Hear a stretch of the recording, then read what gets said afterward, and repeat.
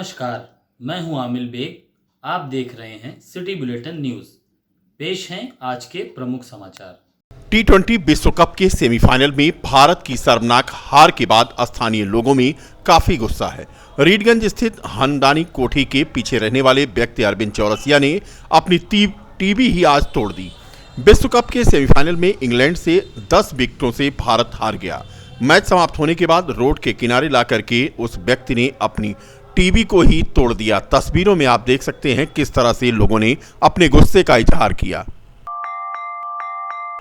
उत्तर प्रदेश के चिकित्सा शिक्षा मंत्री मैंकेश्वर शरण सिंह आज अयोध्या पहुंचे। यहां उन्होंने सबसे पहले सर्किट हाउस पहुंचकर जिला प्रशासन के अधिकारी और स्वास्थ्य विभाग के अधिकारियों कर्मचारियों के साथ बैठक की और डेंगू के बढ़ते प्रकोप से निपटने को लेकर अधिकारियों से मंथन किया। बैठक के बाद मंत्री मैंकेश्वर शरण सिंह ने जनता से अपील करते हुए कहा कि डेंगू को लेकर अधिक परेशान न हो, क्योंकि आम वायरल बुखार में भी प्लेटलेट्स घटती है। डेंगू की स्थिति लगभग नियंत्रण में है। उन्होंने अधिकारियों से एंटी लार्वा छिड़काव और फांगिंग करवाने के लिए भी निर्देश दिए। शहर से लेकर ग्रामीण क्षेत्र तक तो एंटी लार्वा छिड़काव और फांगिंग करवाने को कहा। उन्होंने कहा कि अगले 20 से 25 दिन तक एंटी लार्वा का छिड़काव होता रहे। उन्होंने आम जनता से अपील करते हुए कहा कि अपने घरों के आसपास पानी इकट्ठा न होना दें। अगर घर के आसपास पशु या चिड़िया के लिए पानी रखते हैं तो उसे रोज बदलते रहें, जिससे डेंगू का प्रकोप रुक सके। बाद में चिकित्सा शिक्षा मंत्री मैंकेश्वर शरण सिंह के निर्देश के बाद स्वास्थ्य महकमा हरकत में आ गया और शहर में एंटी लार्वा का छिड़काव शुरू हो गया। सबसे पहले डेंगू के पॉजिटिव मरीजों के घरों के आसपास एंटी लार्वा का छिड़काव किया गया।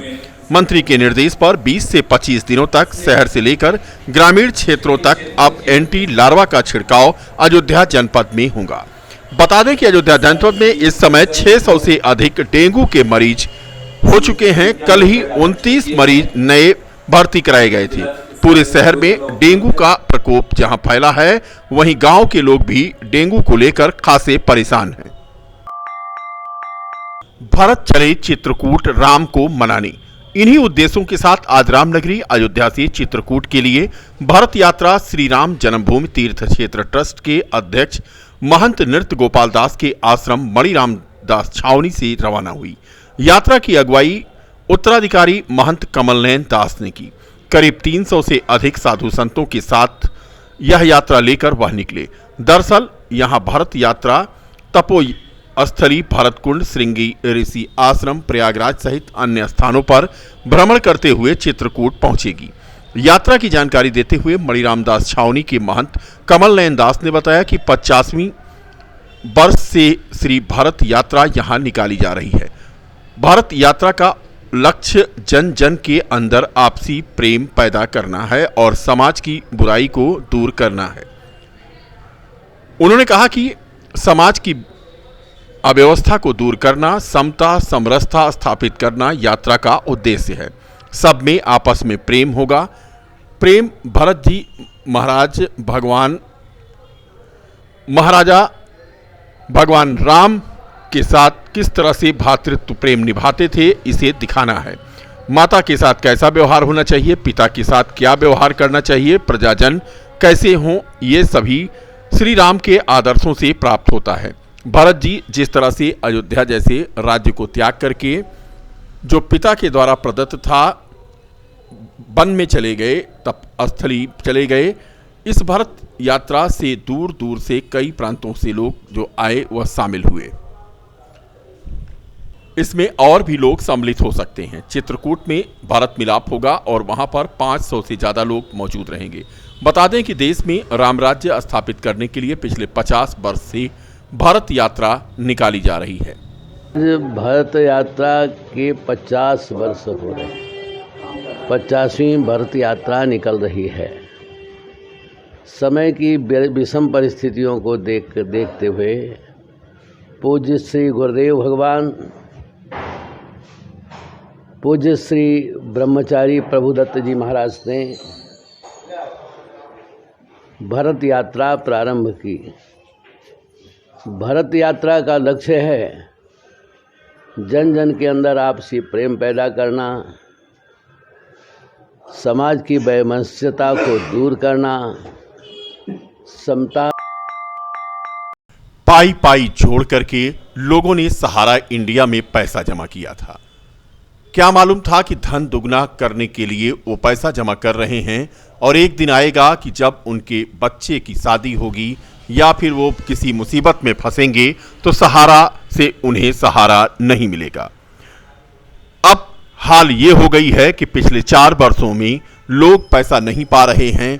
कार्यकर्ता जो सहारा इंडिया के थे वो भी फरार हो चुके हैं। लोगों वो उनके सवालों का जवाब तक नहीं दे पा रहे हैं।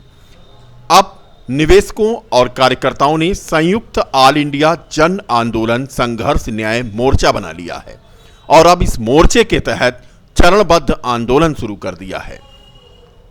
बता दें कि सहारा इंडिया कभी इतनी लोकप्रिय थी कि लोगों का पैसा भरोसे के साथ जमा करती थी और वापस भी करती थी, लेकिन 4 वर्ष बीतने को हैं। अब जब लोगों को अपने पैसे की आवश्यकता पड़ती है तो कहा जाता है कि उसे रिन्यूअल करा लें। सेबी का लफड़ा बताया जाता है और सरकार पर दोषारोपण किया जाता है। कुल मिलाकर के सुब्रत राय सहारा जो कुछ दिन तक जेल में थे अब बाहर हैं, लेकिन निवेशक हैं कि वो अपने जमा पूंजी के लिए अब किसके पास जाएं। सहारा इंडिया के तमाम कार्यालय बंद हो चुके हैं। कार्यकर्ता भी अब कहां चले गए, लोगों को मिल नहीं रहे हैं। जो मिल भी रहे हैं वो भी अब निवेशकों के साथ हो गए हैं। धरना प्रदर्शन चल रहा है। लोग क्या कहते हैं सुनिए आप। ध्यान क्यों हट जा रहा है, आखिर वो लोग किस प्रभाव में हैं जिसके नाते देश के इन गरीब पीड़ित निवेशकों की आवाज़ सरकार तक नहीं पहुंच पा रही। प्रधानमंत्री और उत्तर प्रदेश के मुख्यमंत्री को संबोधित हम लोगों ने एक ज्ञापन दिया है कि आप लोग गंभीरता के साथ सुब्रत राय जैसे महापापी ठग बेईमान को, जिसने देश के गरीब पीड़ित लोगों का पैसा कूटरचित साजिश करके हड़पा है, और उत्तर प्रदेश के मुख्यमंत्री बुलडोजर बाबा कहे जाते हैं। वो कहते हैं कि भ्रष्टाचारियों के ऊपर अंकुश लगाते हैं और वो कोई शख्स जो भ्रष्टाचार करेगा, जो लोगों को प्रताड़ित करेगा, उसके संपत्तियों को बुलडोजर से गिरवा दिया कर जाएंगे, नेस्तनाबूद कर देंगे। लेकिन मात्र 1.5 किलोमीटर दूरी पे बैठा सुब्रत राय जैसा महाअपराध, जिसके ऊपर 1000 से ज़्यादा गंभीर आपराधिक मुकदमे लगे हैं अपराध समेत, सुब्रत राय को कौन सा ऐसा कानून और कौन सी ऐसी बातें हैं जो रोकी हुई है कि उसका अवैध घर बना हुआ है 1.5 किलोमीटर से। सबका सार एक, ना कोई सरकार बुरी, ना कोई मीडिया बुरी, ना कोई कानून व्यवस्था बुरा, उसका पालन कराने वाले लोग अपनी जिम्मेदारियों का निर्वहन नहीं कर रहे हैं। इस नाते हम लोगों को सड़कों पे आना पड़ा है। पैसा वापस करे सरकार, सुब्रत राय की संपत्ति बेच के वापस कराए, जेल भेज के वापस कराए। किन्हीं परिस्थितियों में देश के निवेशकों और जमाकर्ताओं का पैसा वापस कराए। 12 लाख कार्यकर्ता और 13 करोड़ लोगों का 1.5 लाख से लेकर 3 लाख करोड़ तक पैसा फंसा हुआ है, और आज ना सरकार बोल रही है ना सुब्रत राय। क्या नाम है आपका? देव शुक्ला, राष्ट्रीय अध्यक्ष ऑल इंडिया जन आंदोलन संघर्ष न्याय। पूरे देश की तो हम बात नहीं करते हैं, लेकिन मात्र अयोध्या जनपद में ही हजारों लोग ऐसे हैं जो इंतजार कर रहे हैं कि कब सहारा उनका पैसा लौटाएगी और कब उनका भविष्य सुरक्षित होगा। तमाम ऐसे पीड़ित भी हमें मिले जो पाई पाई जोड़कर अपनी बेटी की शादी के लिए, पढ़ाई के लिए सहारा में पैसा जमा किया था, और जब वक्त आया तो अब सहारा उन्हें ठेंगा दिखा रहा है। लोग पीड़ित हैं, लोग परेशान हैं। अब अपना पैसा लेने वो जाएं कहां? सुब्रत राय सहारा पर हजारों मुकदमे फ्रॉड के दर्ज हो चुके हैं देश के विभिन्न अंचलों में। लोगों का कहना है कि लखनऊ में 1.5 किलोमीटर की दूरी पर ही सुब्रत राय सहारा का घर है। मुख्यमंत्री आवास से दूरी इतनी कम है, फिर भी कार्रवाई उसके ऊपर क्यों नहीं हो रही है? सर, हम लोग इसीलिए धरना दे रहे कि बहुत सालों से हम लोग का पैसा नहीं मिल रहा। हमारी पार्टी हम लोग को बहुत परेशान कर रही है। हम लोग के परिवार में कुछ लोग बीमार हैं, कुछ लोग की शादी नहीं हो पा रही है, कुछ चीज़ के लिए हम लोग को पैसा नहीं दिया जा रहा। इसीलिए हम लोग आज यहाँ पे आए हैं कि हम लोग का पैसा सरकार, हम लोग सहारा से, सुब्रत राय से सहारा से हम लोग को पैसा दिलवाए। इसीलिए हम लोग आज यहाँ पे धरना प्रदर्शन किए हैं, और सरकार से हम लोग ये चाहते हैं कि हम लोग के संरक्षण कर वो करें कि हम लोग का पैसा यहाँ से दिलवाएं। क्या नाम आपका?